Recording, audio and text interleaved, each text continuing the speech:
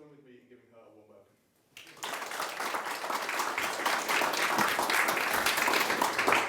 So, hello everyone, and first of all, thank you very much for inviting me to speak, and second of all, given that it's 7th week, I'm amazed any of you are still standing and are here. I thought I'd start by briefly explaining roughly lots of the different things my group does before I went on to talk about a few things in more detail. So this is the group. That's all of us. I'm sort of casually standing in the middle of all of them. And if I go around this slide, it gives an idea of the 4 main areas we work on. So I'll start here on the bottom left. I'm good at this. One of the things we think about is small molecules. And the reason I think about them is not the normal reason. Normally when people talk about that, they start by saying that they're a chemist and they're interested in small molecules. I start by saying I'm interested in proteins, and I'll talk about them lots more, the active molecules in your body. So I'd like to know how we can, in some senses, how we can interfere with them, which is basically what a drug does. It blocks a protein from working or makes a protein work more. So how you can do that and how this happens. Then if I go up, it's about networks. So how do the proteins interact with one another? How do they engage with one another in order to make things happen? Why does your system work at all? And then something which a lot of my group work on, which kind of relates to everything else, is in the area of immunoinformatics. And the question really here is, I've seen a talk that's actually titled this, which is, why aren't you dead? And it's a very basic question, because actually there are millions of things, quite literally, that are trying to kill you all the time. And that's from when you are born, in fact from before you are born, and all through your life. All sorts of diseases and infections, or even just things you eat. And how does your body stop that from happening? And that's a really important question, fairly obviously. And what makes it in some senses more important, or also more useful, is that it turns out that we can use those natural molecules in the body that do those kinds of things to help us cure diseases, or at least help raise different attributes against diseases to make ourselves better. And then finally, the thing I'm actually going to start talking about today is the protein structures themselves. Proteins are the functional molecules in your body. They're the functional molecules in every biological system. So what do they look like? Why do they look like that? How come they're that shape? And can I understand how to predict that shape, or use that shape, or understand what they do from all of that? So the title, The Protein Structure Universe from Creation to Medicine, because I was trying to make it sound exciting for everybody without writing the word AI. So no AI, but still exciting, promise. And I always feel like I have to start the talk here. And this is really because I had a graduate student once, a guy called Rodri. He was a very, very good football player. And he was at a dinner at Oxford. And somebody sitting next to him asked him what he did. And he said, I fold proteins. Yeah. And the chap sitting next to him, who actually it turns out I know as well, said, what, you mean like steak? No, I don't mean like steak. I don't at all. What I mean are these things. Okay? They are molecules in your body, so 30 angstroms, that's times 10 to the minus 10 of a meter. So that's the kind of scale we're talking about. And there are literally billions and billions of these in your system. So what is a protein? Well, they make up your muscles. So that's actually myosin. You need about a couple of trillion of those, which is what powers your ability. And the example that's actually on the websites that you read is to pick up and throw a baseball. Obviously, I'm going to say to pick up and throw a cricket ball. But that is what contains that elastic energy. Now, it's not a single one of those, because you need lots of them together, but it's a functional molecule in that way. Or, if you want to think about it in a different way, if you've ever watched an advert for shampoo, that's the keratin they're always talking about.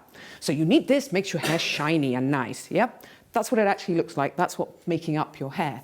But you can go to other things. So you have things like enzymes. So that's actually the enzyme trypsin. So there we're thinking more like a chemist might think about this. These are molecules in your body that make a chemical reaction happen faster or more precisely, or lower the energy barrier to do it, so that your body can carry out its functions. Or the ability to send signals. So that's an ion channel that allows molecules to go from inside your cell to outside, or vice versa. And finally, back again, defending against disease. So this is an antibody molecule. So why do I care so much about what they look like? And I mean, I really do like what they look like. And it's because shape dictates function. I always try and think of different ways of explaining this. So I'm going to go with the screwdriver way today. How many of you have ever come up to go and unscrew something, and it turns out, and it can be either way round, but the really frustrating one is usually that it's a flat head screw, so it's got a straight line like that. The only screwdriver you've got is a cross head. Now, when you try and do that, it's really hard to get that screw out. And the reason for that is very simple. It's because the shape is wrong. And shape actually dictates your function. So if you think in terms of an ion channel, if that channel is just slightly too wide or slightly too narrow, all of a sudden the thing that goes through it won't go through it. Or more things will go through it that you didn't want to go through. And it gets even worse than that, because when I talk about shape here, don't stop at static shape. I need that to be able to open and close, because sometimes I want it shut. So if you think about shape in all of its forms, so it's the shape of these things that dictates what they do. And that comes down to be true even if I think about the antibody for defending your system. It's the shape of that interface that allows it to bind to things. So if I don't know what that shape is, I don't know what it does. So I'm hoping I'm sort of convincing you that proteins are kind of important and a little bit exciting. But obviously the way to do this is to show you news stories from the Daily Mail, because that's how everyone does importance. So this is a story, it's actually from some time ago now, it's from 2015, but the Daily Mail likes to do stories on mad cow disease. How many of you have heard of mad cow disease?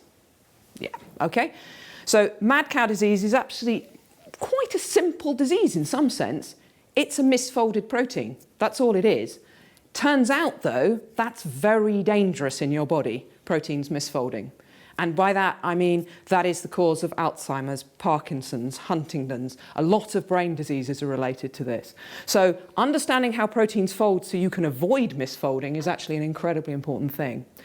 You can also think about a very obvious thing. If I know the shapes of, say, those ion channels, I can design, I would hope, small molecules that can bind to them so I can target proteins, because they're the active molecules, so I want to be able to do something for them.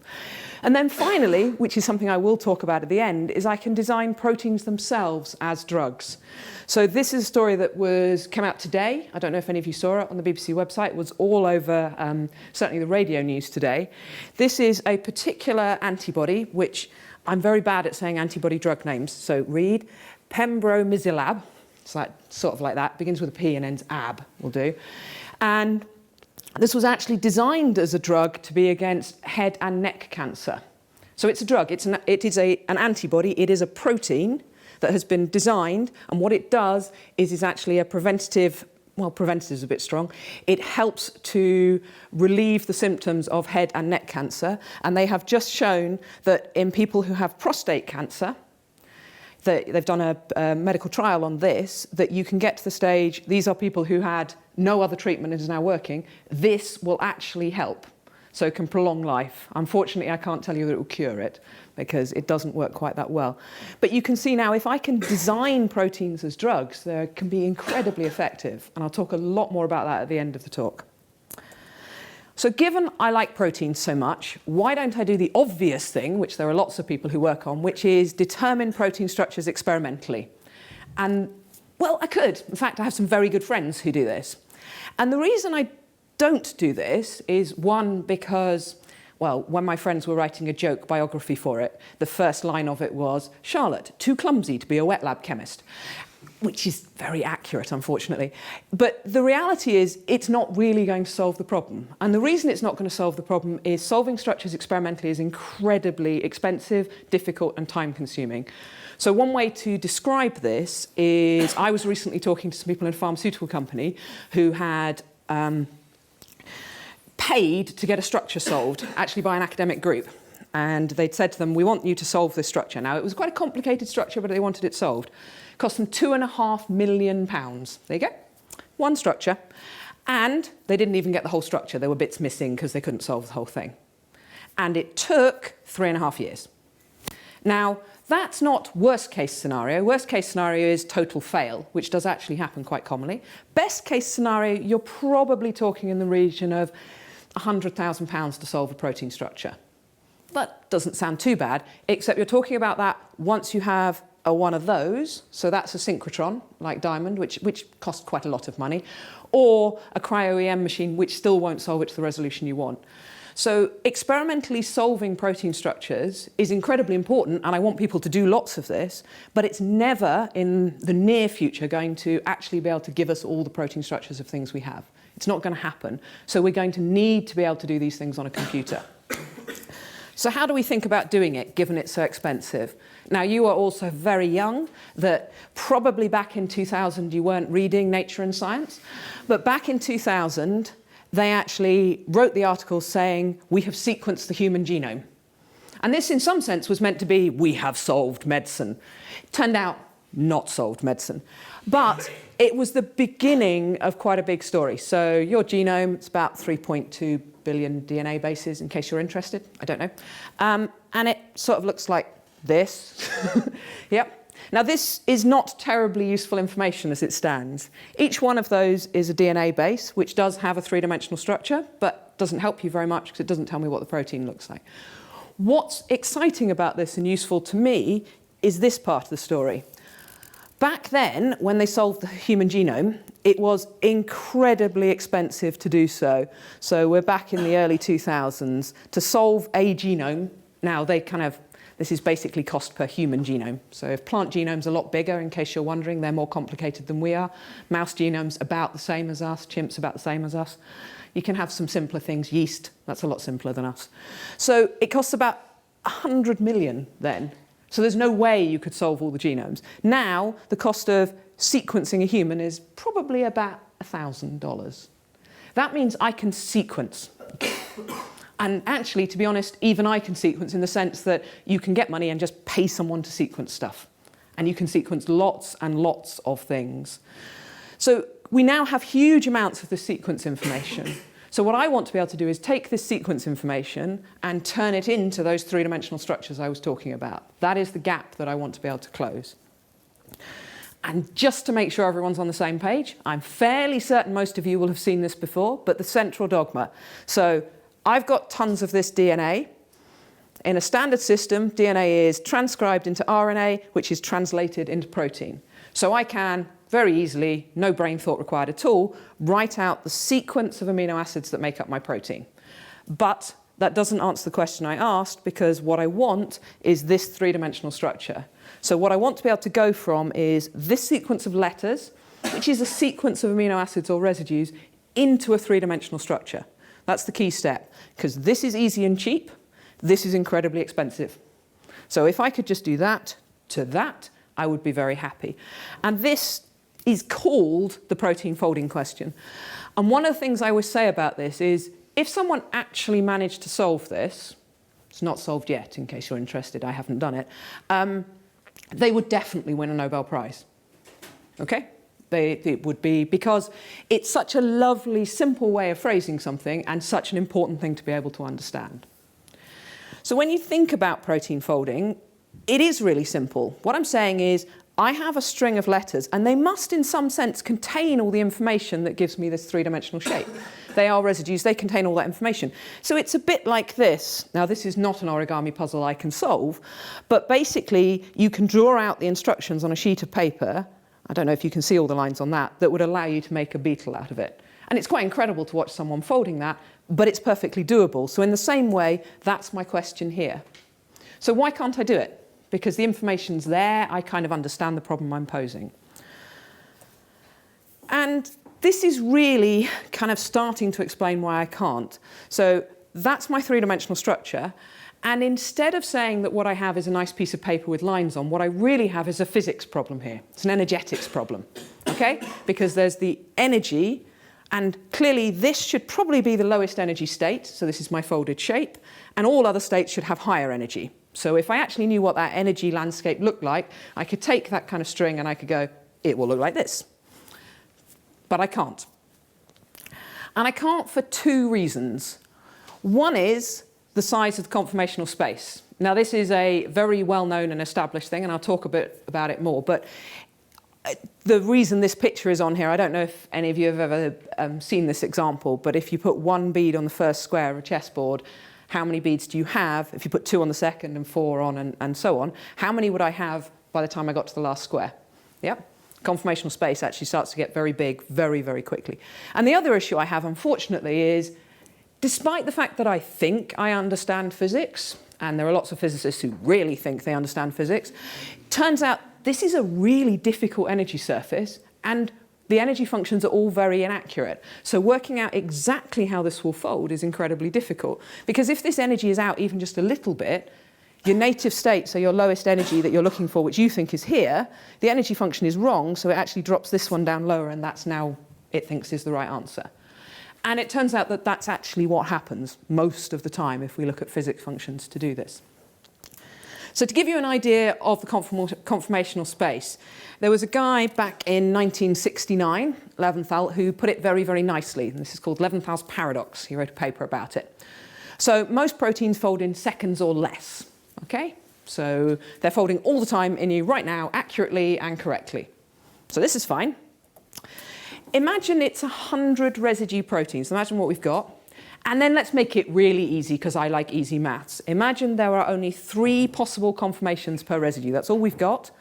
So then the number of possible folds, it's easy maths, is 3 to 100. Now that is clearly a massive underestimate.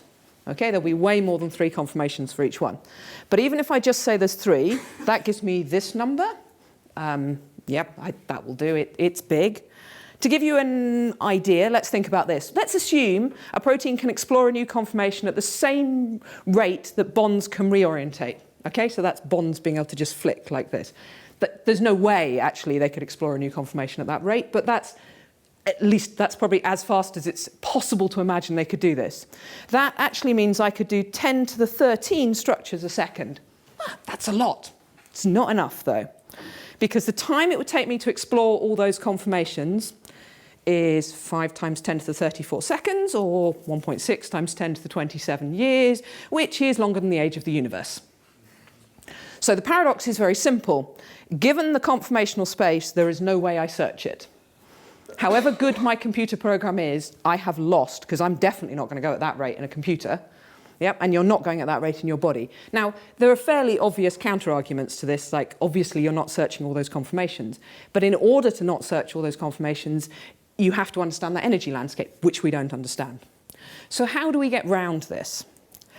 Well, we get round it, and this is where I have to get my literary references right. So this is not Frankenstein. This is Frankenstein's monster, okay? Because somebody always corrects me when I do this. So Frankenstein's monster.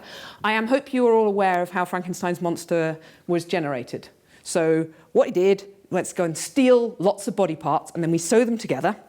Yep. And then we stick electricity through it, and here comes a monster. Now, imagine you made proteins in the same way. So what I'm going to do is I'm going to take little chunks of other proteins, so fragments, and then I'm going to stitch them together so I can make a Frankenstein protein.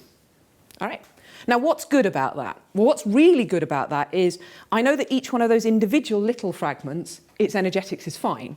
So now I'm only concerned about the energetics between the fragments. I've also massively reduced my conformational space. What's sensible about it? Well, I hope you've kind of noticed, because I've shown you lots of pictures of protein structures on the way through, there are lots of kind of repeating motifs within protein structures. So it's not utterly stupid to think that I could stitch together lots of fragments of different proteins to build another one which is also sensible. Okay? But what's the problem with it? Well, this was actually put together for me by a student, which I thought was a really good way of describing this, so I've totally stolen their slide, which is, imagine you're solving a jigsaw puzzle, okay? But I'm not going to give you the picture because I don't like you. And what I'm going to do is I'm going to give you the pieces, they're in a box, but in that box, instead of just being the pieces of your jigsaw puzzle, I'm just going to tip in the pieces of about 18 different jigsaw puzzles, okay? And I want you to make a picture for me now, please. Then I thought, that's too easy. So I'm going to stick my hand in and I'm going to take a few handfuls out. So some of the pieces of the puzzle are now missing. Okay, so you don't know what it looks like. You haven't got all the pieces, and you've got lots and lots of pieces from all the wrong puzzles. And so now build me the right jigsaw. Now you kind of get why this is a little bit challenging. So what we're trying to do here, and it's this bit that we now need to focus on, is I don't know the answer, but I need to give you guidance as to how to select pieces. And that's where you need an energy function. So effectively now, I can't tell you what it looks like, but I can tell you things that are bad things to do. So I can stay with the jigsaw analogy for a bit. One of the things you'll be trying to do is not have things overlap other things, for example. So when you're making a jigsaw, you want I think they are actually called knobs and holes, you want them to fit into one another. Yep. And you don't put two knobs on top of one another, preferably. And so I don't want any physical clashes in the protein structure. And then you have other things you would say, well, obviously, if you were doing a jigsaw puzzle, you'd say, I want colours that are similar to be next to one another, because that makes sense. So in the same way, you might think that I want to get the energetics right here, so I actually want to be able to form certain types of bonds and those kinds of things. So how does this actually work? Well, oh dear, sorry. I will explain what it says under there. You derive an energy function, and I've deliberately put no maths in the entire presentation, mostly because it takes a really long time to explain a maths equation, and I don't think it necessarily helps people to understand what I'm trying to say. So you use a Bayesian treatment of the residue distributions of known protein structures. What does that mean? That means I can take all the protein structures we currently have. So to give you an idea, there's about 140,000 solved protein structures now. And I can ask, let's ask some easy questions to start with. I can say, how often is an alanine near another alanine? So that's two residues. How often are they close together, within a certain distance or a certain distance apart? Now that gives me a probability when I'm building my new protein. Well, alanines much more commonly close together than they are far apart, for example. And you can get more complicated. Obviously, I've got 20 different types of amino acids. I could do it at an atomic level. I could say, how often do I see a carbonyl oxygen near a nitrogen? Yep. And I can build up this statistical picture of what should happen. And that's this idea of these pair potential terms. You then have an idea of solvation potential terms. That's a really nice thing, which is, what do I see on the outside of a protein versus what do I see in the middle? Fairly obvious answers to this. On the outside of the protein, I'm going to tend to see things which are hydrophilic, that like being in water. Inside of the protein, I'll see things that are hydrophobic. But you can statistically calculate how common these things are, so you have another statistical potential you can put in. Sterics, that's kind of what I've already said, which is don't let things bang into one another. It should be physically possible for these atoms to sit in the positions they do. And then one of the things you actually have to put in is this compactness term, which is you have to sort of force it to fold into a shape. Because it turns out that proteins are quite compact objects. And actually, if you don't make it do that in a lot of these functions, what happens is it likes just being a nice string, because then it doesn't violate anything else, so it's very happy.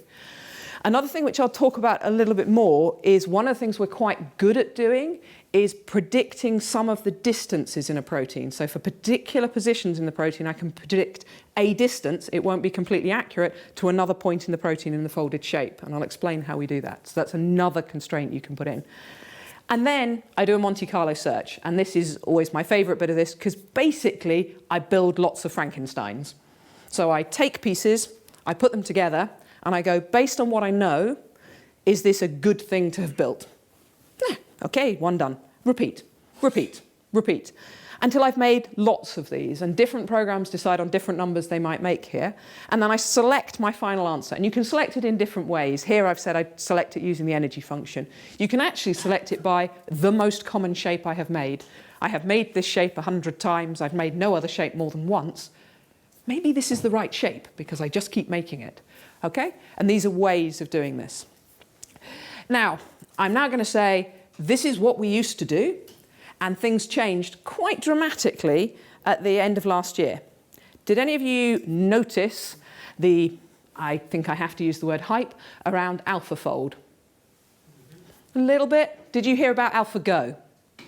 Yeah, a little bit? Okay, so there is a company called DeepMind, which is part of Google, which has spent a lot of time thinking about, see, now I have to say it, machine learning. And original kind of thing that caught the headlines was they wrote a machine learning program, so they wrote a computational program that was able to beat the world's best Go player. And this was considered to be an incredibly difficult task. Go is, in terms of potential number of moves, a much more difficult problem than playing chess. Okay, so people were very impressed by this. And I should say the Go player has now announced his retirement and doesn't want to play Go anymore because he thinks no one can beat a computer. I think that bit's a bit sad.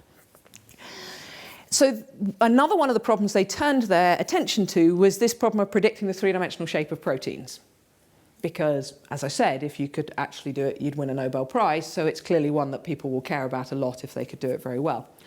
And they actually did do it very well. And the way they did that was thinking about that question I talked about predicting distances within the protein structure.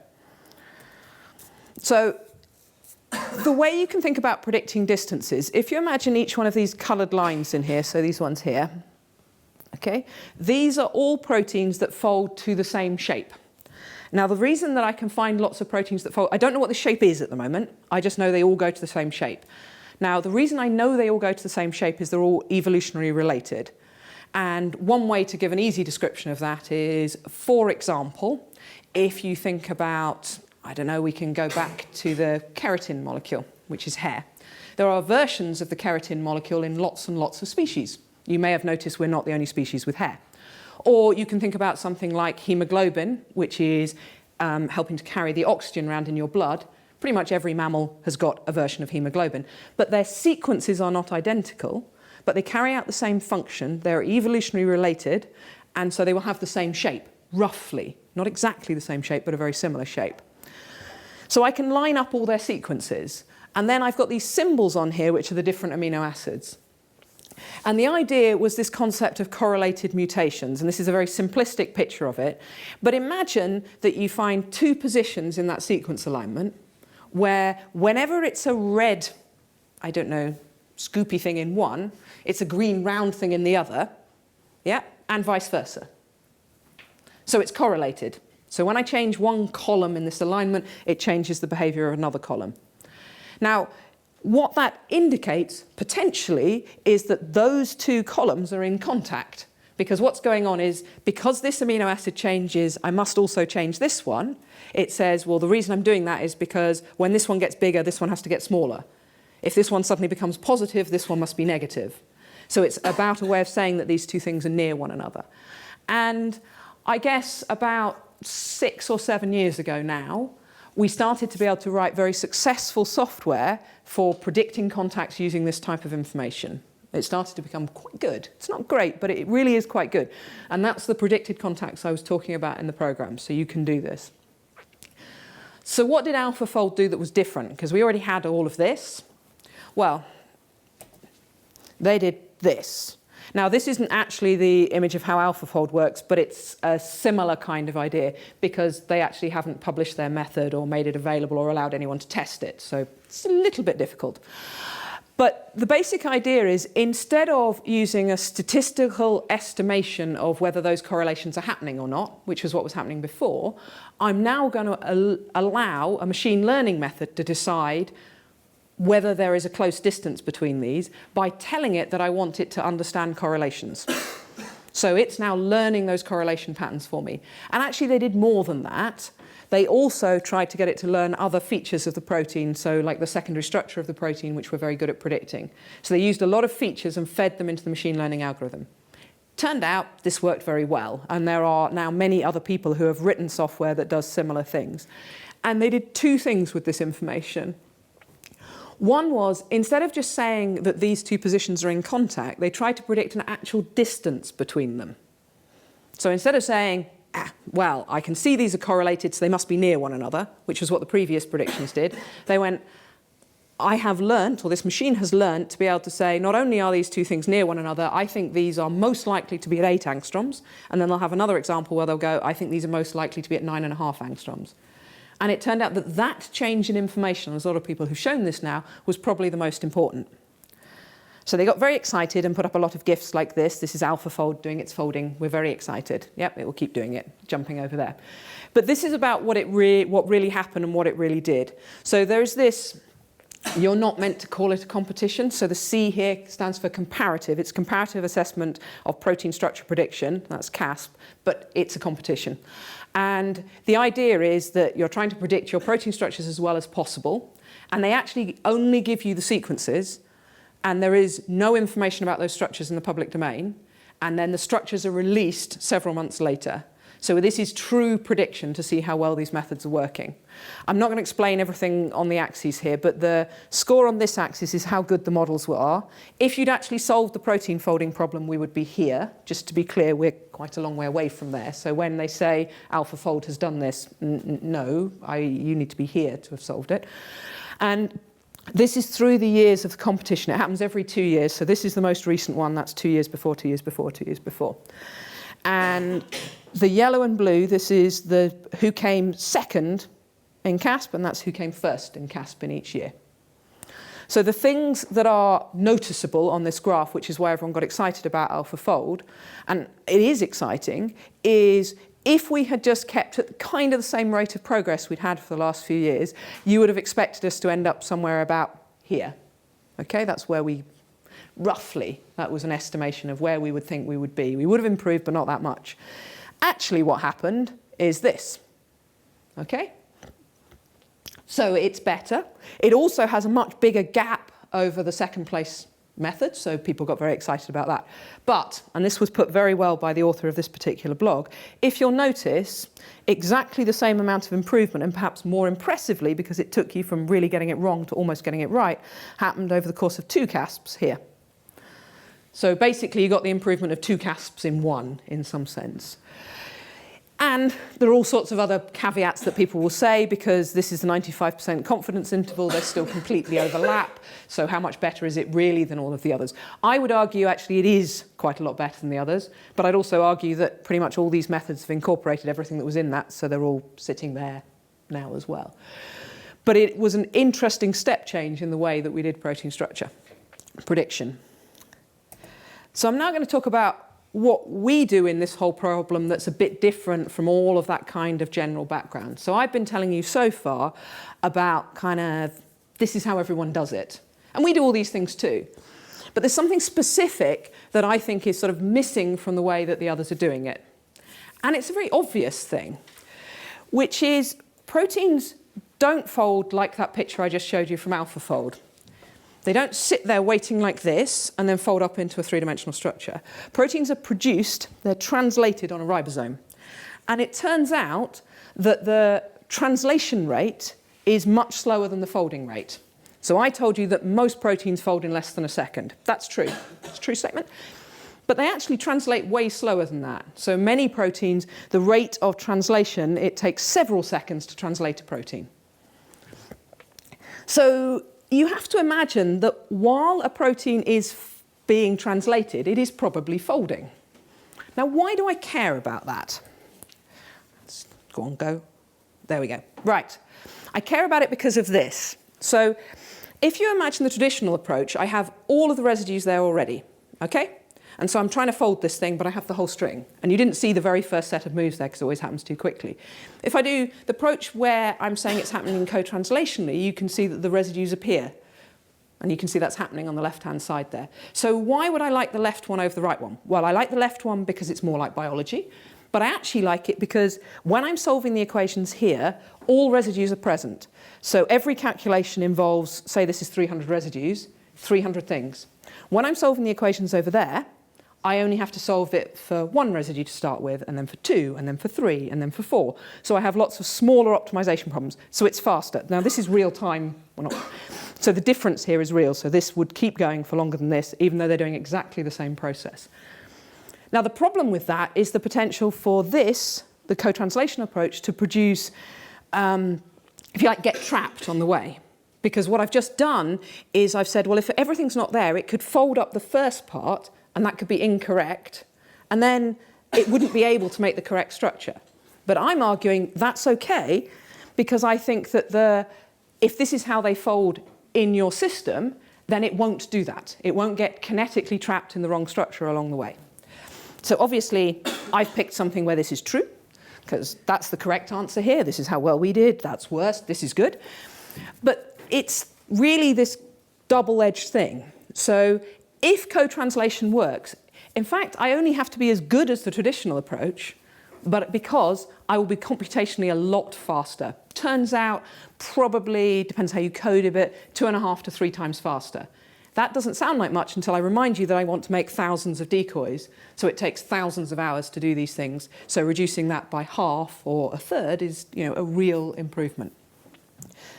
So am I telling you the truth? Well, I hope you'll believe me that I am. This graph on the left, it's that same score I was showing you earlier, except now it's between 0 and 1, so perfect predictions will be at 1.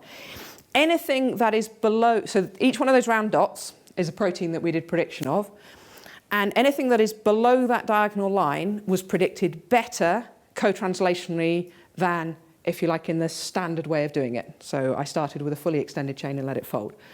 So basically, most of the time, I do better predicting in this way, doing what biology does.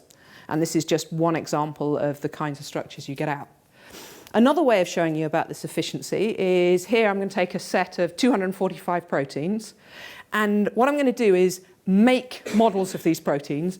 And I'm just going to check how long it takes before I get one that's good. So there's a particular marker of good, which is basically 0.5 on that scoring system. And if I do that with my cotranslational method, that's the red line. And if I do it the other way, so as if it's non-sequential, so everything's there, it's the blue line. And what you notice is you can see very quickly that the number of cases with a correct model is much higher with the cotranslational. So if I do it in that way, I'm much more likely to find that native state when I'm just making these decoys. And it's because actually it's searching less of the space. It can't search lots of the space. I've confined it because I fold up the N-terminal first. So it's not going to search the entire space. So the thing I haven't shown you in all of that is a comparison to Alphafold. And the reason I'm not showing that is because in some sense it doesn't matter. Because you can do Alphafold exactly how I've done this.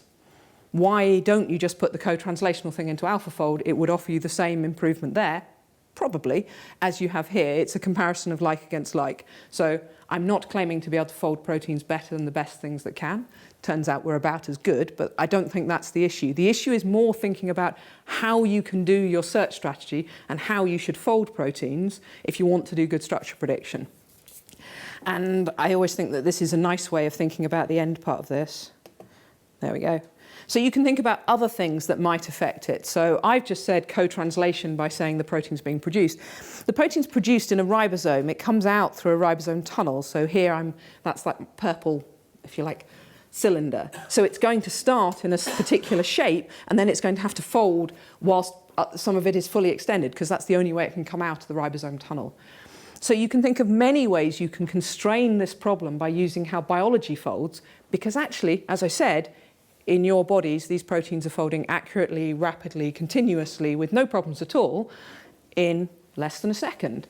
So if you want to do it well on a computer, you might want to think about how well we can do that. I'm now going to make a tiny step change just to talk about one other thing to make it seem like I do practical things as well. So I'm going to talk a little bit about antibodies.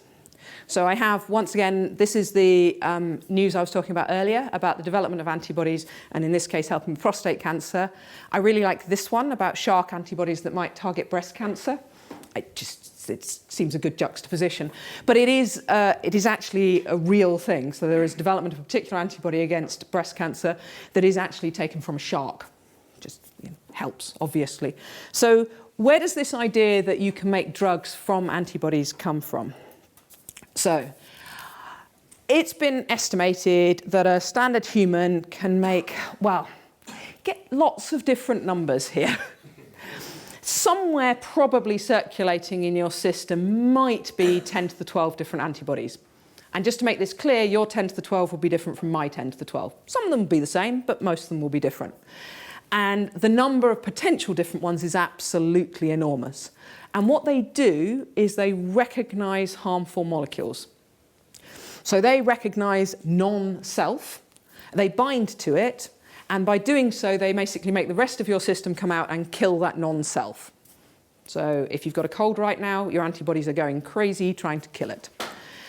And this is amazing, okay? It really is one of the biggest reasons that you're not dead. But what I want to be able to do is not only understand how that system works, I want to be able to do this. So if the antibodies in my body can target a specific foreign invader and they target it with high affinity, that's exactly what you want a drug molecule to do. You want a drug molecule to go and attach to a very specific target. Okay, choose your target, particular protein, particular misfolding, whatever. And you want it to bind to it with high affinity so that you can use it as a way of attacking that particular protein or molecule. And they are completely amazing because that kind of variability amongst them means that they can be raised against almost any antigen. And there are lots of them that have been designed now, and they prove to be very effective treatments, particular in sort of 3 cases, but the ones people hear about a lot are in immune disorders and cancers. Because it turns out those are very difficult things to target with small molecule drugs. And one of the reasons for that is because this is almost self. So cancer is basically self, as in you are overproducing cells. So how, if I gave you a drug, it will attack you and the cancer, because there are only very minor differences between those two things. But it turns out that antibodies are actually pretty good at these kinds of problems. I think that number's somewhat out of date, but there are a very large number of approved antibody drugs, and there are hundreds in late-stage development. And this is the quote I have to say when I want to get money out of pharmaceutical companies, which is 3 of the top 10 biggest selling drugs currently are antibodies. So they are an incredibly important form of medication right now, and they are growing in importance all the time because they are able to target diseases which other types of drugs cannot. And that's quite an important part of this. So once again, why do I want to be on a computer? Well, this is why, because experimental development is once again costly, time-consuming and difficult. But in this case, it also has other features to it. The phrase that's used here, if you really, a common way of doing this is basically you take the antigen you want to get something against. So this is the target that you want to target against. And you inject it into, it's usually a mouse, sometimes it's a rabbit. And then they use this phrase, which I find difficult, which is harvest the immune system. I think you can guess what that means happens to the mouse, okay? So not doing that would be a good thing, I think, if we could find a way of not doing that. You can do this in other ways as well. So you can raise them in kind of cell cultures, you can raise them in yeast. But there's a lot of use of animals to raise these. And then what you're trying to do is create an antibody. Now there's one final problem here, if you'd use any of these systems to do this, is that they're not human. If I give you, and I'm hoping if you've listened to enough of the talk, this is a fairly obvious answer. If I inject you with a mouse antibody right now, can you guess what would happen? What would happen is your own antibodies would go, that's not self, let's kill it, which makes it not a very good drug, basically, because your own body goes, destroy. Yep. Now, it might be a one-hit wonder, because if it can do what it needs to do quickly enough and your body can't react to it fast enough, then okay, but it will never work again on you, and it needs to have done everything it needs to do in that time frame. But it can also cause other problems, because I'm now interfering with your immune system. So if I give you something that's non-human, all sorts of things might happen inside your immune system. And if any of you have watched, it always seems to be, have any of you seen House? Do you know what I'm talking about? No, okay. In that program, everything seems to be some form of autoimmune disease, and they all have really great names.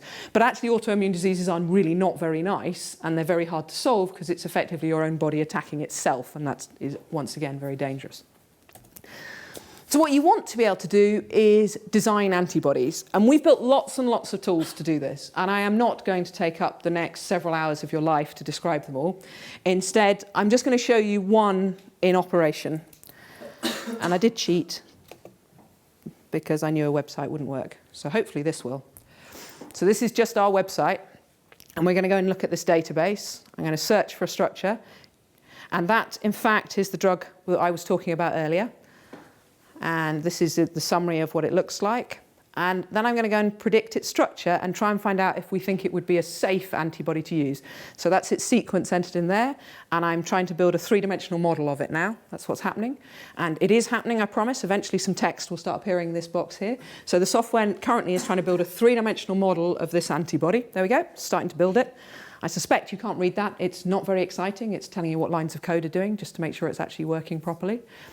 And that's me getting bored playing with the mouse while we wait. Okay, now it's finished. So each one of these graphs is showing you whether I think this is a good antibody or not. And the green lines are where this antibody falls. And because it falls in the main part of that blue distribution, that's good. This is the structural model of it. And here I've just shown the hydrophobicity on that antibody signed up at the end. So I'm hoping that vaguely convinces you that there's a series of things capable of doing all of that. So I'm going to finish now, mostly not to take up too much of your time. And I have two things I always have to remember to say thank you for. Across the bottom here, this is the set of organisations that very kindly give me lots of money so I'm able to do the things I really like doing. And then on the top here, this is my group who actually do all the work I have just described as opposed to me actually doing it. And I think that you have to admire the beautiful photoshopping of the set of people kneeling at the front who didn't make it to our retreat. And you might discover the two-headed person at the back as well. But thank you very much.